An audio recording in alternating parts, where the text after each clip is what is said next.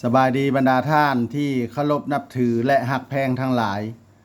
มื้อนี้พ่อใหญ่แก๊สสิมาอ่านประมวลกฎหมายอาญาปี 2017 มาตรา196 การเฮ็ดให้ผู้อื่นได้รับบาดเจ็บย้อนการป้องกันตัวเกินขอบเขต บุคคลใดหากได้เฮ็ดให้บุคคลอื่นได้รับบาดเจ็บย้อนการป้องกันตัวเกินขอบเขตจะถูกดัดสร้างโดยบ่ตัดอิสรภาพและจะถูกปรับใหม่แต่1 ล้านกีบหา5 ล้านกีบในกรณีมีการบาดเจ็บแต่2 คนขึ้นไปหรือบาดเจ็บสาหัสจะถูกลงโทษตัดอิสรภาพแต่6 เดือนหา2 ปีและจะถูกปรับใหม่แต่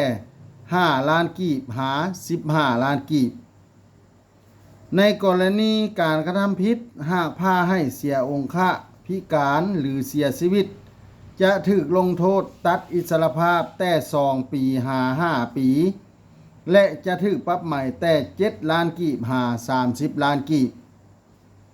ในกรณีการกระทำผิดหากพาให้เสียชีวิตแต่2 คนขึ้นไปจะถูกลงโทษตัดอิสรภาพแต่5 ปีหา7 ปีและจะถูกปรับใหม่แต่10 ล้านกีบหา50 ล้านกีบ